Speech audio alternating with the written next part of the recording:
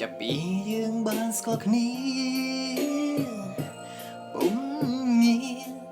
ពុំទាន់មានចិត្តស្នេហាតែនេត្រាពួងយើងទាំងធ្វើដិតដានក្នុងក្តីស្រមៃនឹងរូមស្រីក្រុមវេលា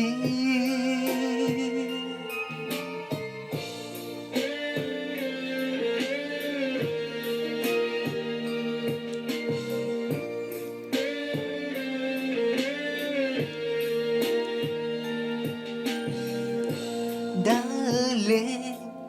ចង្ក្រងនៅអនុសាអត់មាន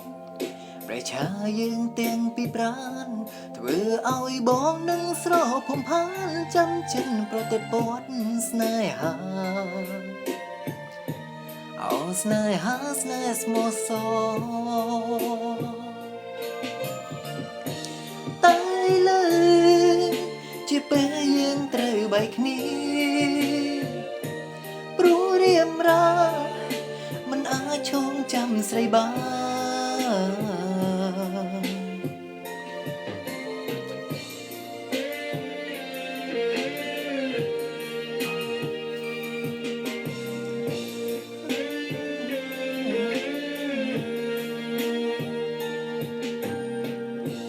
បងក្រីក្រឋានៈមិនស្មើកល្យារឿងប៉ុនមកយើងត្រូវឆ្លើយថាបែកគ្នាដើម្បីអូនមានភ័ព្វវាសនាក្នុងអនាគតត្រចង់នេះជាកម្មរបស់បង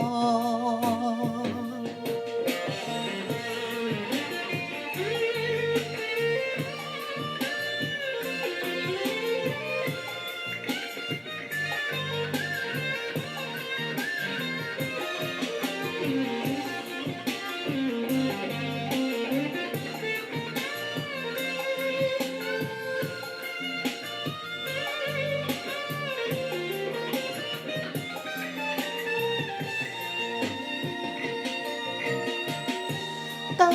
លើជាពេលយើងត្រូវបែកគ្នាព្រោះរៀមរាមិនអាចឈងចាំស្រីបាន